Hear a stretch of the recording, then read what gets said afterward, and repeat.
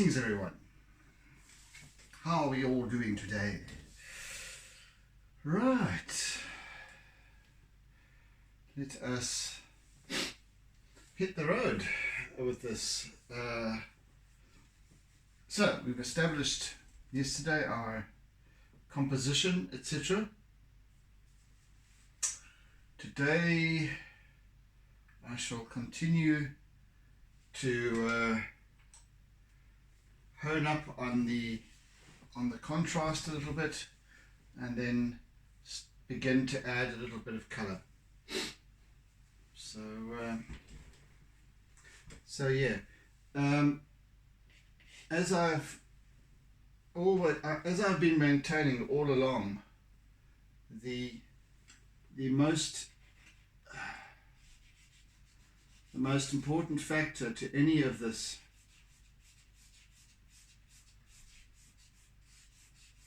to every artwork, I believe, is the composition. Just this as it is. In fact, even more bare bones than this. The simple shapes, the horizon line, the bisecting line work, etc. It's that draws the interest. There's this little clump of rocks over here. This negative shape, including the horizon, etc. This whole negative shape here is what it kind of keeps that interest going and flowing. So there's a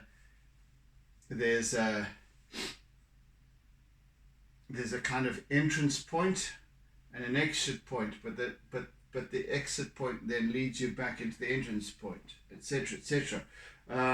So the fundamental law of composition is, it's broken down into 9 segments. So 3 rows by 3 rows, 9 blocks. Never ever have the focal point in the center of your image area. Never.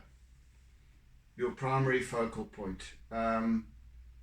So it's more than likely going to be over here. We've got a lot more going on over here. However, there can be secondary focal points as well, little points of interest, like I might have a splash or something going on over on this side. But let me start, and then I'll just gather my thoughts along the way, and then continue to describe what I have been, because it is the most fundamental aspect, in fact, of composition. And composition makes or breaks an image, whether it's an artwork or whether it's photography, whatever. Even if it's abstract, it still requires that psychological element of interest, of intrigue, that subconsciously or unconsciously maintains the interest of the beholder.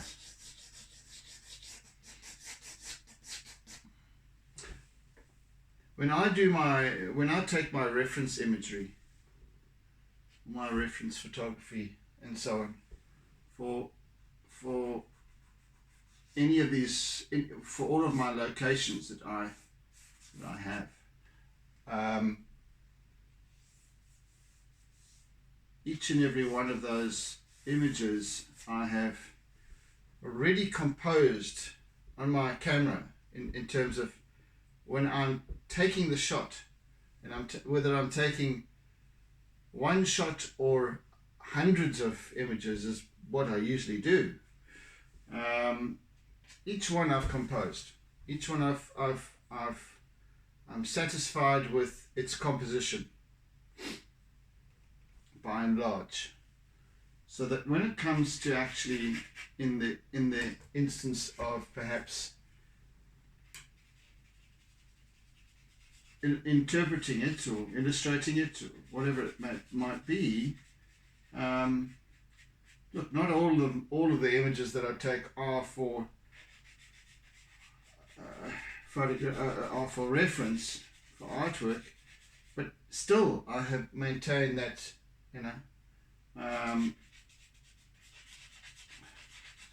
that composition.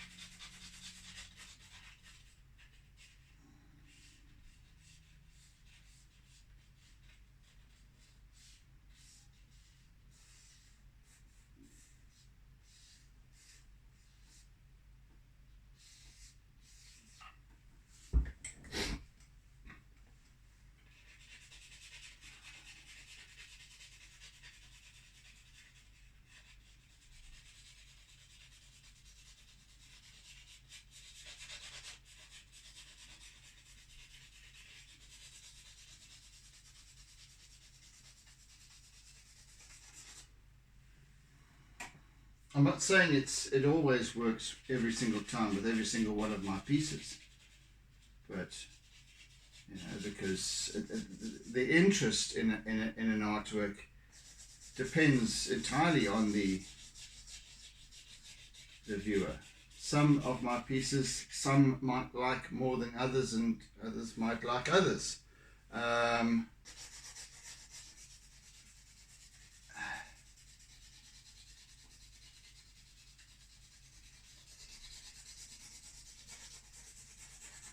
And then there are perhaps others again that don't like any of my work really, and that's okay. That's why we've got a plethora of different styles and techniques and forms of art.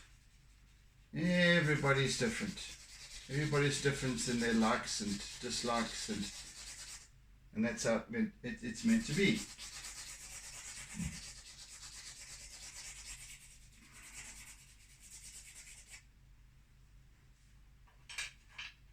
Fundamentally.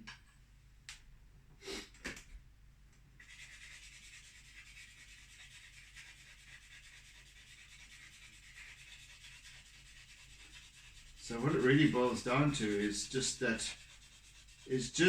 an appreciation of why. It's like I never discount a piece of art, irrespective of whether its composition is good or not, because it's still art in my eyes.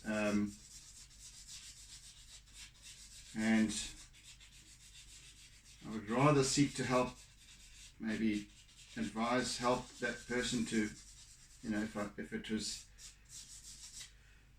it was lacking in some aspect, and something could be done to make it significantly better in future. I'd rather help that person to, the artist to do so, but they have to. It comes from them. As I said, every artist has their own style and what have you that develops over time. Don't adopt my style. I'm not adopting somebody else's style.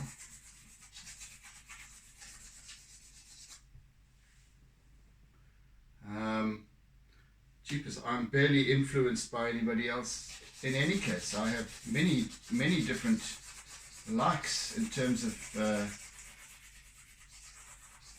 artwork that I like, and perhaps I might have certain influences that lead me in certain directions, etc. But by and large, I believe it's a case of making it your own, making your own mistakes, feeling your own way around, not emulating somebody else's work. It's like It's like, for example, I can give perspectives, and I can share my way of doing things, which I do.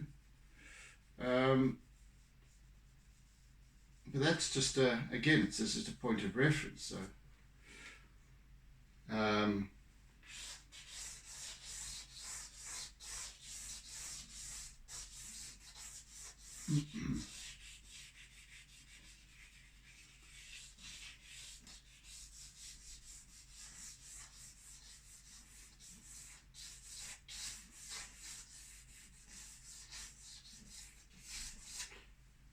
for example, the fact that I stumble upon the humble eraser, not in a sense that it is traditionally used to erase with, to take away in school, to rub out pencil mistakes and what have you, but it's as a tool. It's a fantastic blending tool. I'll probably be using it at some point along during the course of this artwork, as I do with every single artwork. And it's a fantastic tool to blend, to create texture with, and so on. And you'll see when I do use it, it's fantastic. But no art school is going to teach you that. I mean, these are verboten, absolutely verboten.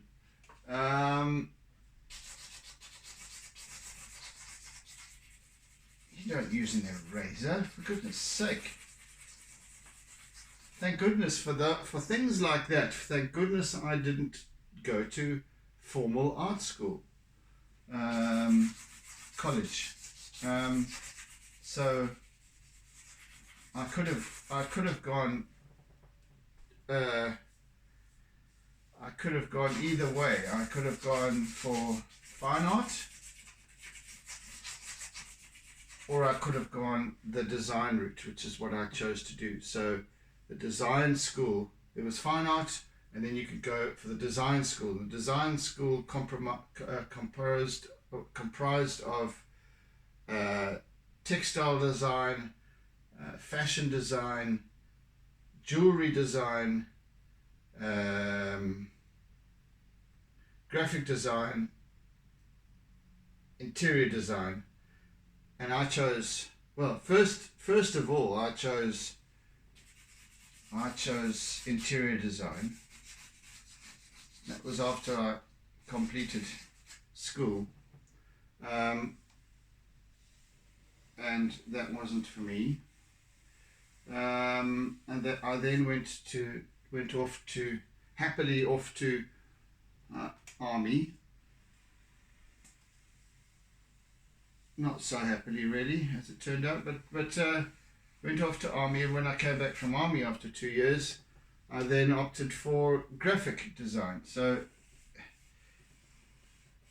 and that gave me a more commercial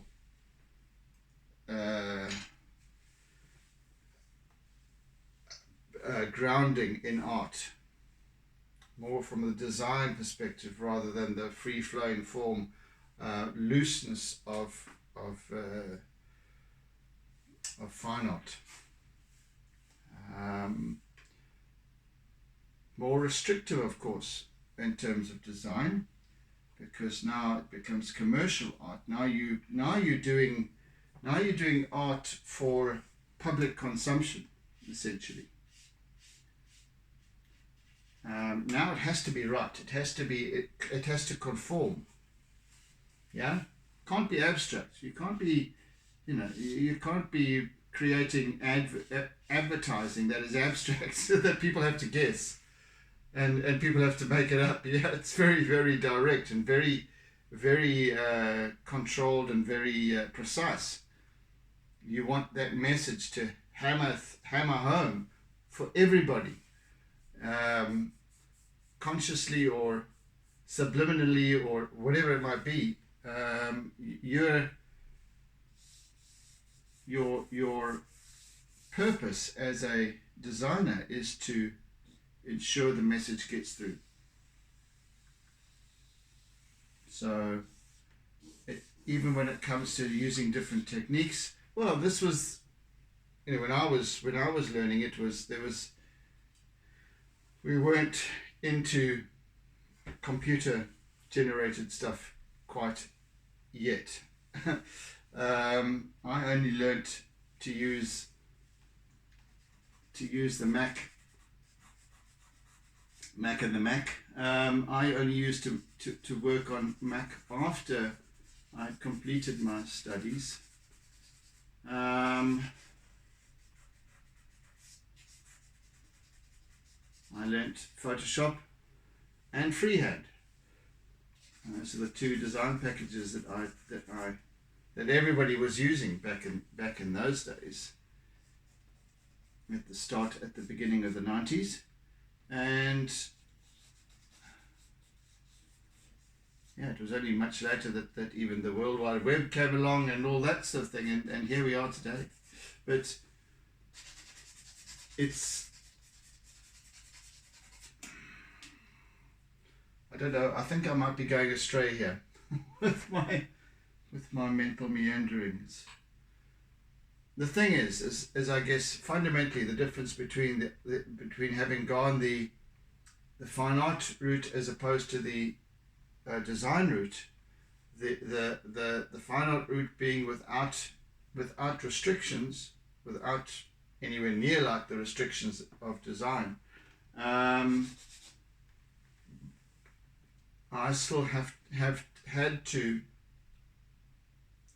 start relinquishing those boundaries that were built around design, graphic design, commercial art, whatever you want to call it, and try to loosen up and try to become more attuned to my own expressiveness and what have you, develop my own techniques, etc. And fundamentally get the hell away from the computer, because I found myself to simply have become a computer jockey rather than hands-on like I am now with art. I didn't pick up so much as a paintbrush or a piece of charcoal in all those many years in advertising. Didn't touch on.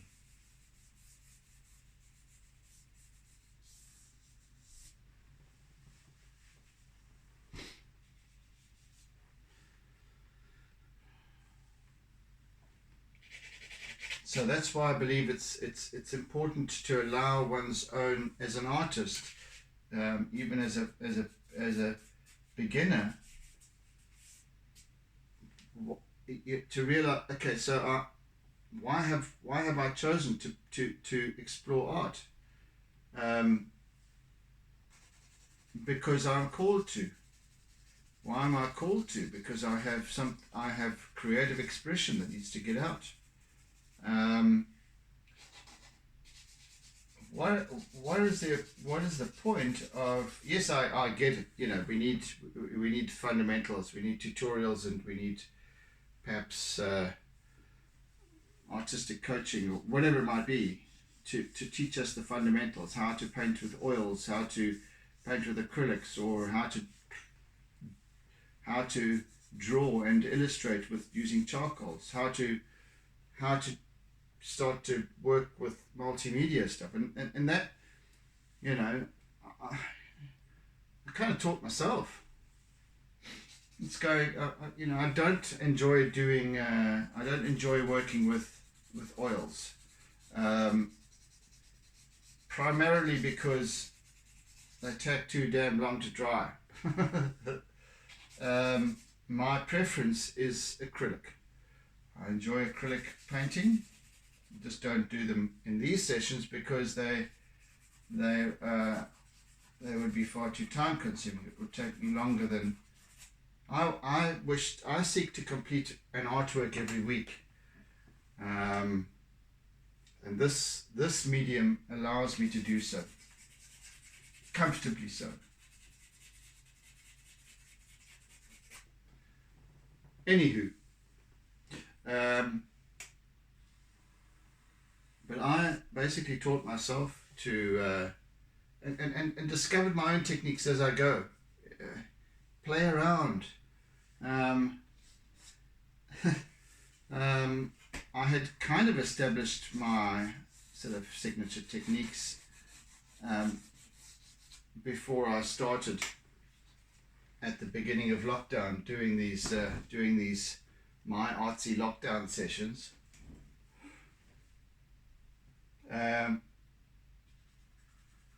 However, because I was doing them initially live, I started doing them live on Facebook Live. I found that once I'd got over the uncertainty as to now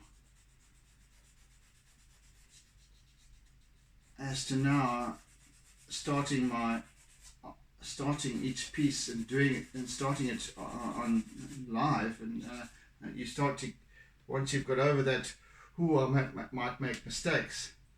Once I was over that and going, well, mistakes are part of the process, and yes, I did make mistakes, of course, and I still do all the time, but you realize that they're really insignificant. It doesn't matter if you make mistakes, and the fact that in art I've come to believe that mistakes are great.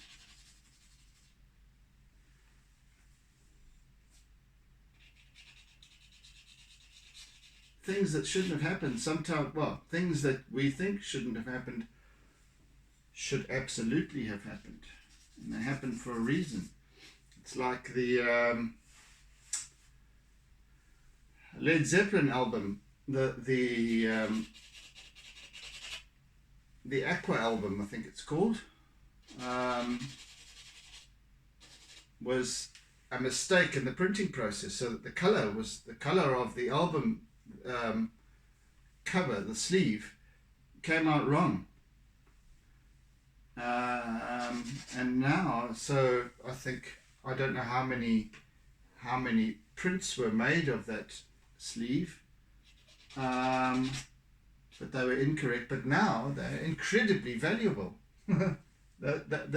the what's known as the Aqua album has become phenomenally valuable. I mean, to the point of, I forget, I think they're fetching something like 60,000 US. Something around there, I forget. But that's what mistakes can do.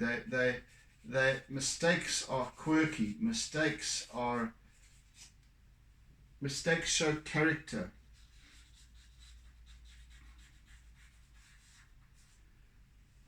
I believe. That's my theory, and I'm sticking to it.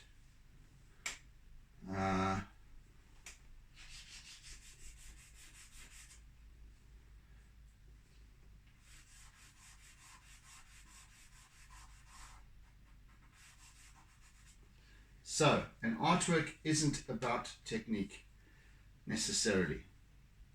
Technique is part of it. Composition is paramount in my mind, because you can almost do anything after that. If you've got a intriguing composition that draws people in, then you can afford to make loads of mistakes.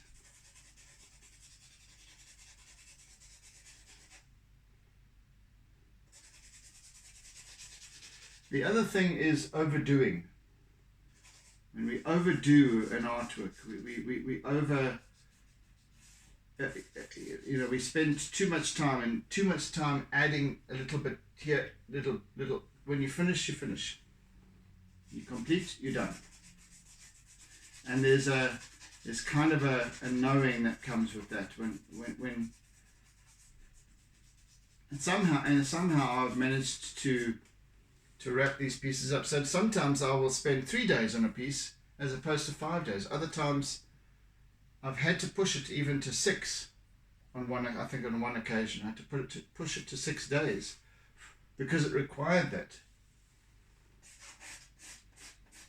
So the point of letting go, see, at this point with this particular piece, I've already let go of the control of the outcome. I don't have the outcome in mind now. Now I have my composition. I've got my foundation. Let's see what happens now. You know, let's see at what point I start to introduce color.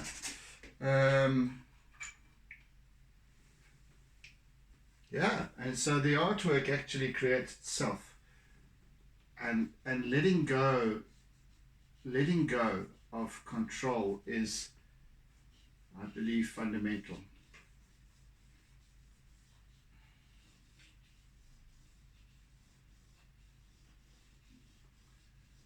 We have to let go. We have to just let the artwork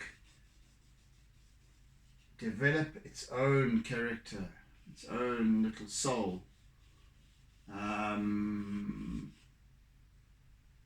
Yeah.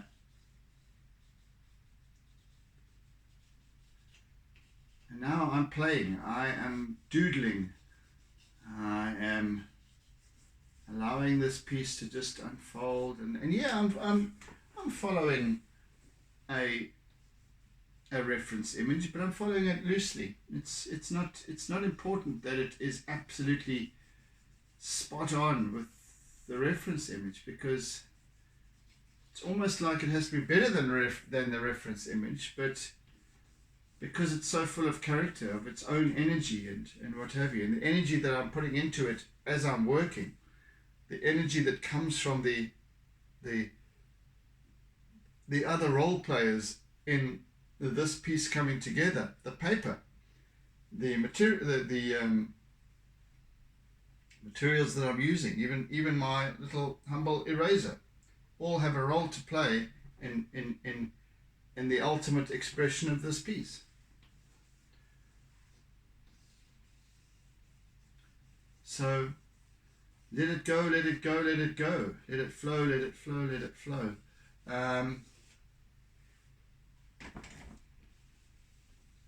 And what better way to do that than with a seascape, which is ever in motion. So why I particularly enjoy working with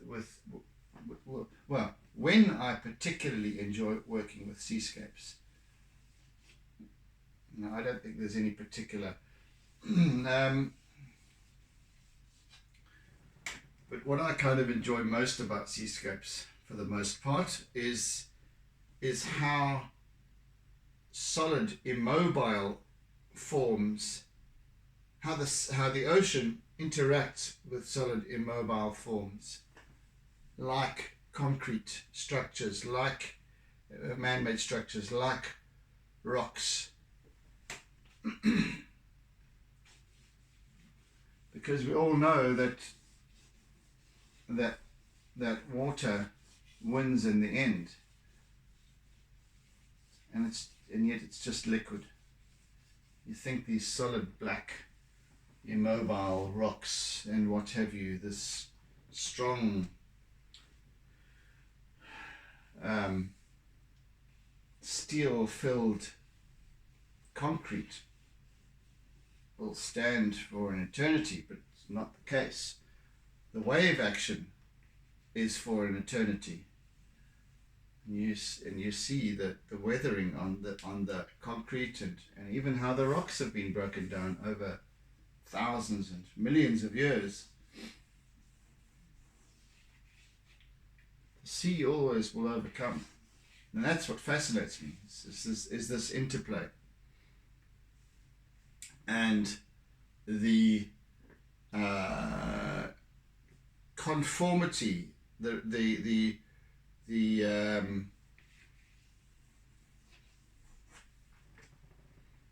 conformity of man-made design, man-made objects.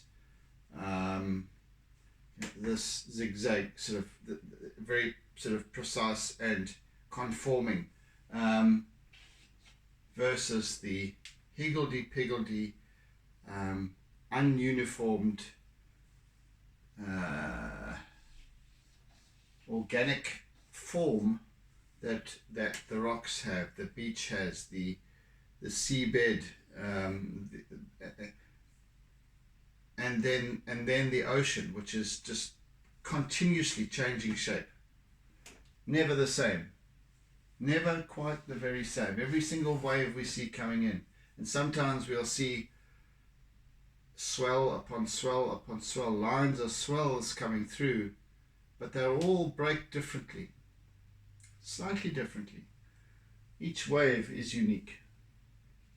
That's what I like.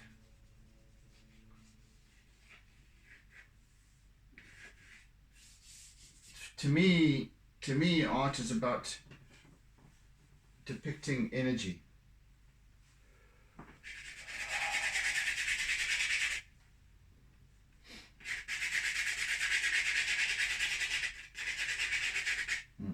Okay, you don't want to do it, don't.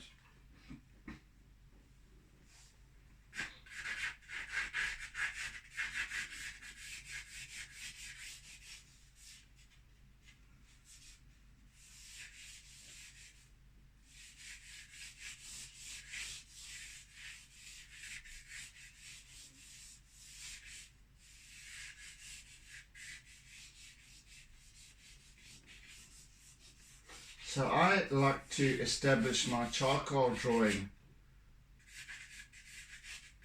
first before I start really adding color. And the reason for this is that the charcoal is my foundation. I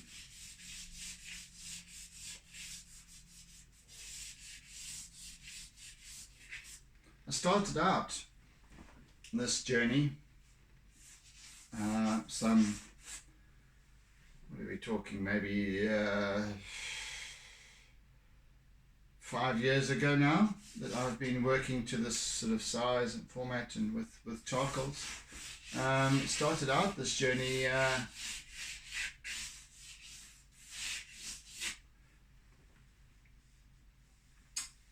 with charcoal, purely with charcoal and white pastel and conté crayon.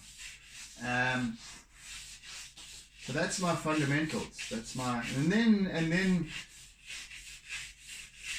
a couple of years later I started adding a touch of color here and there, only with some pieces. And then gradually I started to introduce more and more color.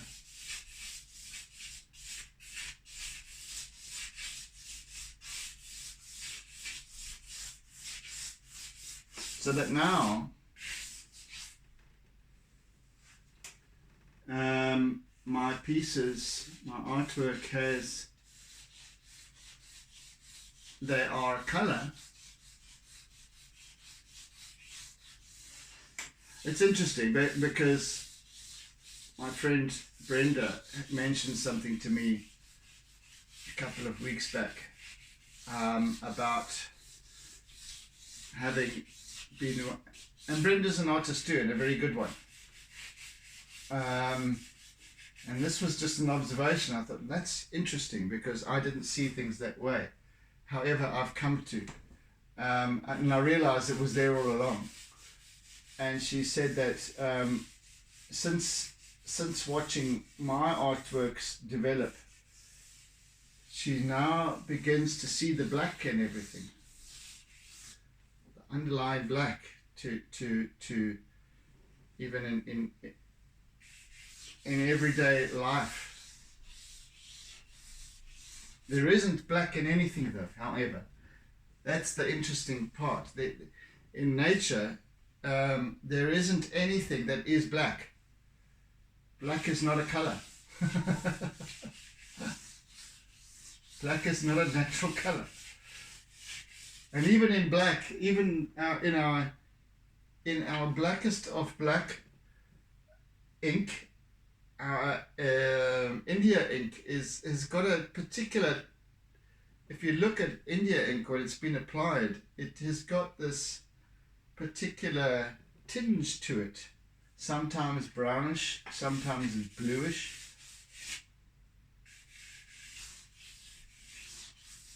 Very seldom do we see something that is absolutely black. There's recently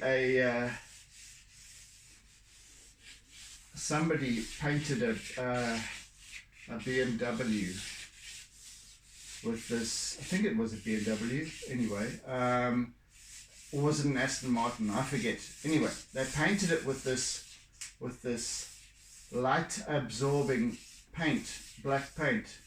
It was really, if you look at it, it almost disappeared. You couldn't see any form. It was just this, it absorbed light. Even then, however, because we have light all around, and we have shadow that also changes things sometimes. In fact, fundamentally it does. It changes everything. So when it comes to form, shape, definition, contrast, light plays a significant role in all of that. So I'm just going to be doing, you'll see what I'm doing now shortly. I'm basically just putting in a base black charcoal. Charcoal isn't black. Charcoal is charcoal. That's why you have the color charcoal. It's a kind of a very, very dark grey. The compressed charcoal is a very, very black, because being compressed, it's now much blacker and richer. You'll see what I'm doing now is that I've got this, I'm just softening it with my fingers so that it becomes a nice basis to apply my greens and greys and what have you, for this wonderful sort of jade sea.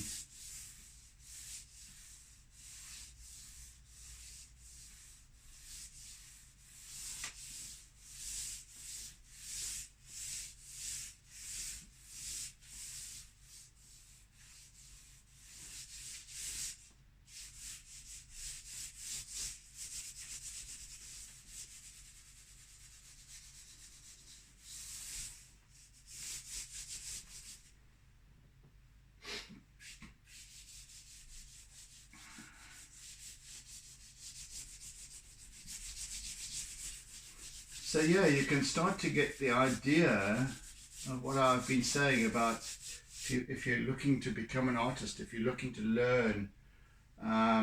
There are the fundamentals, of course, in terms of illustration, drawing, creating form. But to me, it's about composition, and to create composition requires observation, fundamental. How we observe is we can only interpret according to the manner in which we observe. So the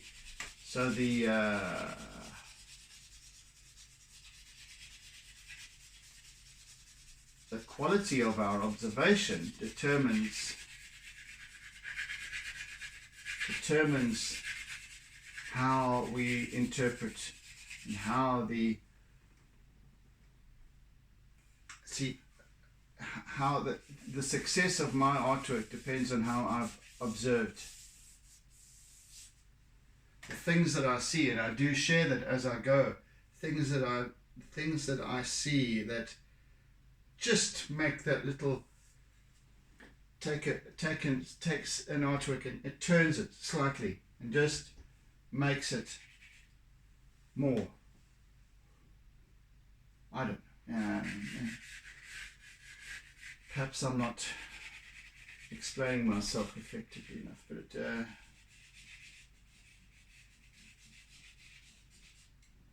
anyway, let's park that for now. I'm sure to find the words later.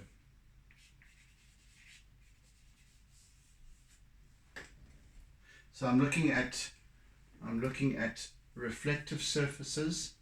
I'm looking at what the reflection is of, whether it is of the sky, whether it is in terms of a curling wave, for example. Is it the reflection of the lip curling over that you can see, or the shadow cast by the curling lip, or is it the depths of the sea? So now over here we're looking at the water from a much more acute angle. Therefore there's far more in terms of we don't see into the water. We could see into the water if it was right in front of us, perhaps, and for a little distance, but you'll see as your angle lifts towards the horizon, you're seeing more of a reflection of the sky above.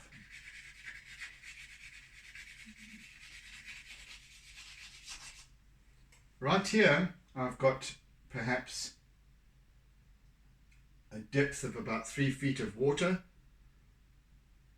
and we can see this, both the reflection of the sky above and the seabed and the bed of the pool.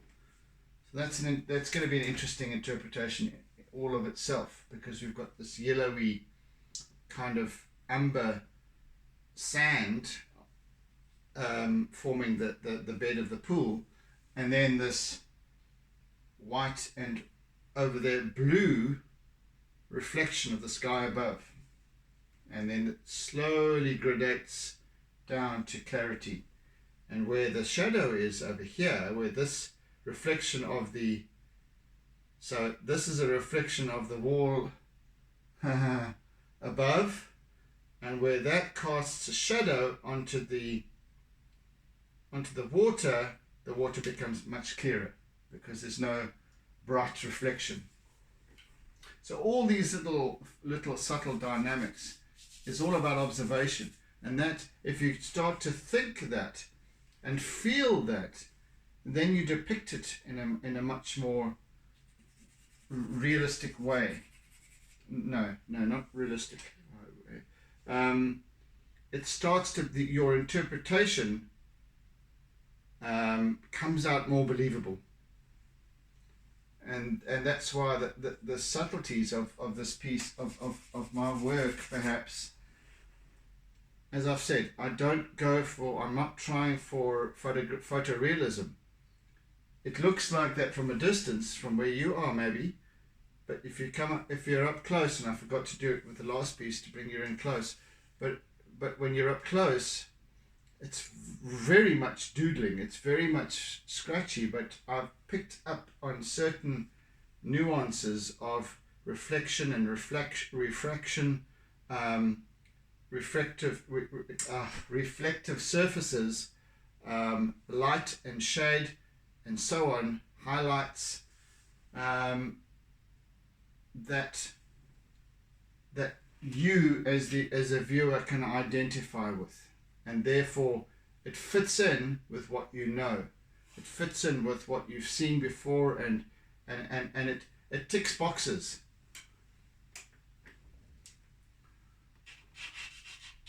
And what I love about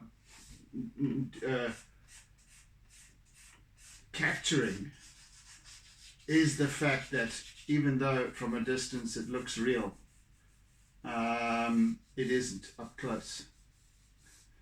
If you took any part of my pieces, that they would be almost entirely abstract. You wouldn't say that this is a wall. Anyway, we'll see how it goes, but by and large, again, like I said, that's my theory and I'm sticking to it. But that's why I have so much fun doing these pieces, and each piece is kind of has its own energy, so therefore makes it unique, therefore makes it just as enjoyable as the last piece, just as intriguing, just as exciting to see it develop, because again, I don't have that expectation of this is exactly how it must look like. Thank goodness I've managed to relinquish that conformity that I learnt in design school. However, I've certainly brought some of the thinking to my advantage. Ironically, and even though I haven't really gone towards the abstract yet, I'm certainly leaning slowly in that direction, little by little. Don't worry, I'm not going to be suddenly having loads of squares and dots and triangles and weird stuff going on. Not anytime soon.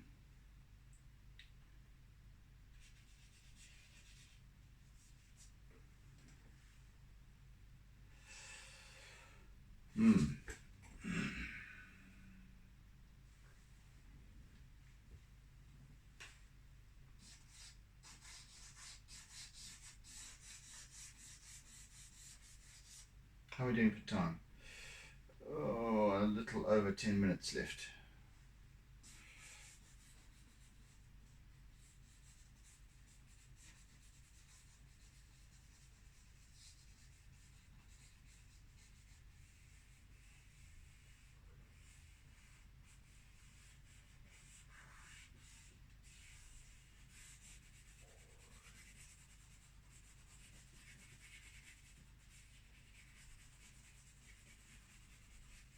Yes, so back to what Brenda was saying about the black, about suddenly seeing the black and everything, and she sent me an image, and even before she said that about seeing black and everything, I started to see, I saw black. I saw this under, I don't know, behind it all was actually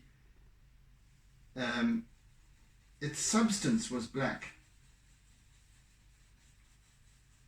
And of course that has to do with the contrast in an image, not what we see in real life. But I realized that that's how my art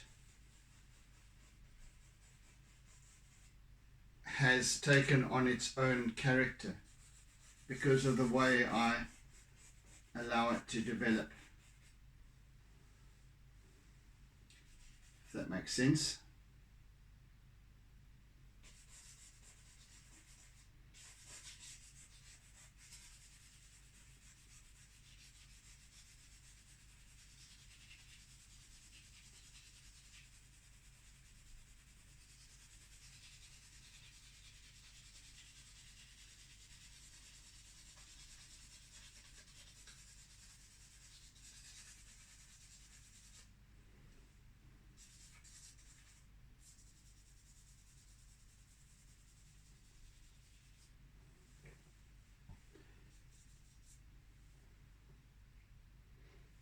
Yes, and back to the fact that however, black doesn't exist.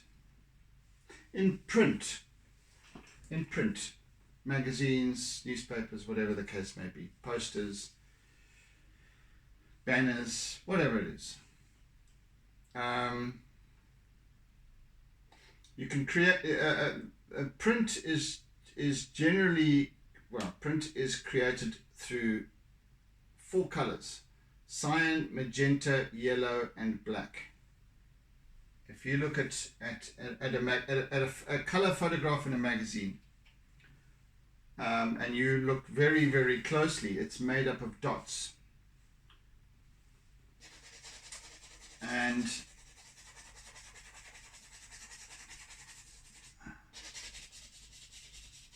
those little dots, all of them, constitute 4 layers: cyan, magenta, yellow, black. Now,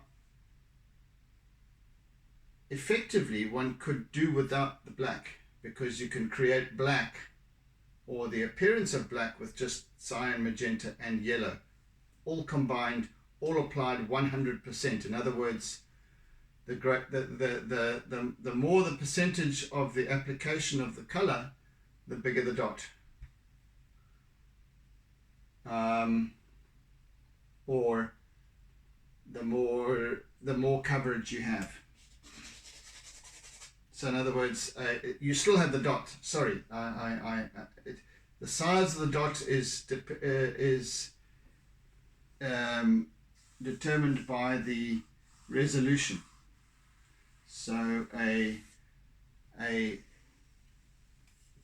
300 dpi image, 300 dots per inch, per square inch, is a much smaller dot than, say, 100 dpi. Go figure. Anywho, when you have 100% yellow, which is in printing terms called 100% yellow, that means that the entire net of dots is yellow. Then you come with a magenta, and you apply 100% magenta to that 100% yellow. Then you get red. Then you get bright red. You get Ferrari red, and so on. And that's how color is mixed. So in a photographic image, you'll find that the colors, they overlay each other, because you have different, well, I suppose not necessarily in modern printing, but I'm talking in terms of the layered printing processes of old, where different plates are printed. So the same image would go through, with the same print would go through the machine, the printing press, 4 times, because different plates are added. Anyway, maybe I'm getting a little bit too technical.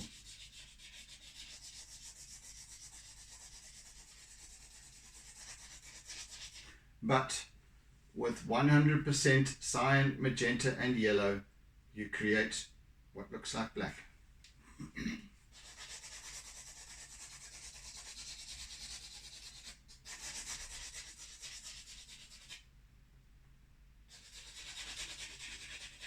In just the same way with digital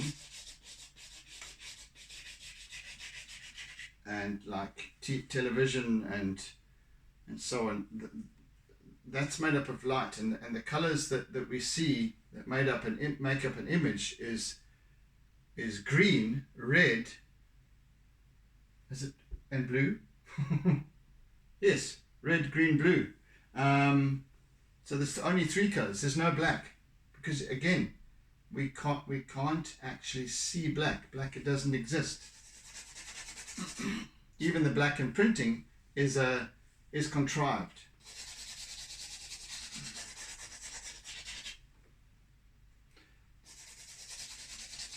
So visually, every color that we see on our LCD screens, on our laptops, and on our televisions, and wherever where there's light involved.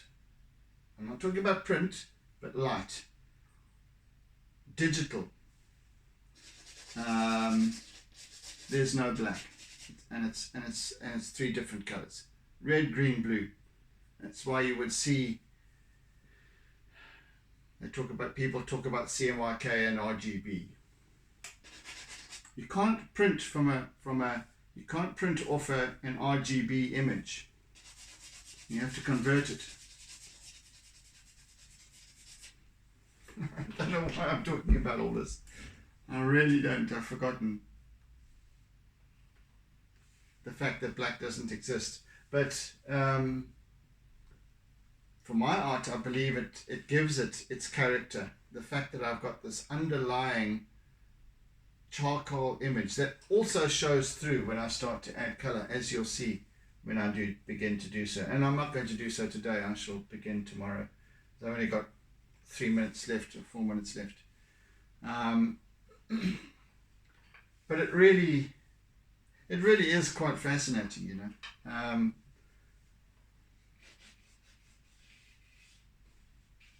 And this is why I maintain that observation is so very important. See, now I'm looking at this little area that I'm working, and I'm seeing this foamy water surface, and it's flowing between the rocks. It's flowing around them. So therefore my line work must do the same. My line work, I'm feeling the energy of the water. I'm feeling it, hearing it. I'm seeing it go around these rocks, up against them,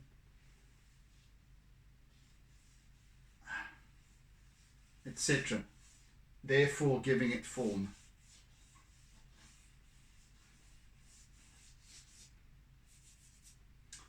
Somebody on one of the Facebook groups that I belonged to posed a question yesterday of that they hadn't seen. Does anyone on the group know of anybody who does YouTube tutorials? I said, well, I don't do tutorials as such, but what I do share is why I do what I do. And in terms of observation and what have you, I said, you know, you might find that by following my sessions on YouTube, you might find that they become lessons in observation, because I do share that. I do share, as I have been doing, about composition, etc. today. I'm not teaching someone to draw. I'm teaching the art of expression. If there's anything that you would like to learn as an artist from these proceedings, that's what you might pick up. And I'm always, obviously, always welcome any further queries as to hows and whys and wherefores of how I do things. And I'm always willing to help anybody who is seeking assistance with regards to perhaps developing their technique as an artist or anything else, whatever it might, throw it at me. Because that's the coaching side of what I do as well, which is all about language and all about being. So yeah, shoot. Yeah, you're most welcome, and I'm more than happy to talk about technique and different forms of art,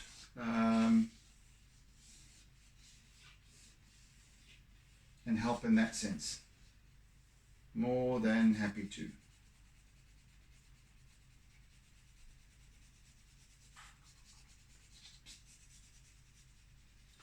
Right, I believe that we are done for today.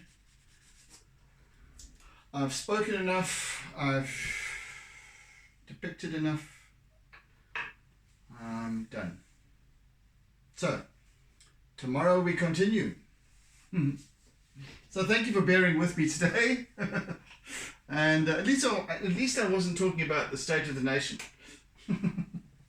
At least I was talking constructively, wasn't I? Well, kind of within certain parameters, but anyway. So yes, thank you for joining me today. Thank you for sharing my work. Thank you for caring. Thank you for commenting. I always appreciate it. So hope you have a fantastic day further. Oodles and oodles of toodles. And catch you again on the morrow. As we continue, and most definitely I shall be introducing some colour tomorrow. Never ye fear. So yeah, have a good one, people, and take it easy, be safe, be good, be caring, and be kind. Bye. Don't forget to doodle.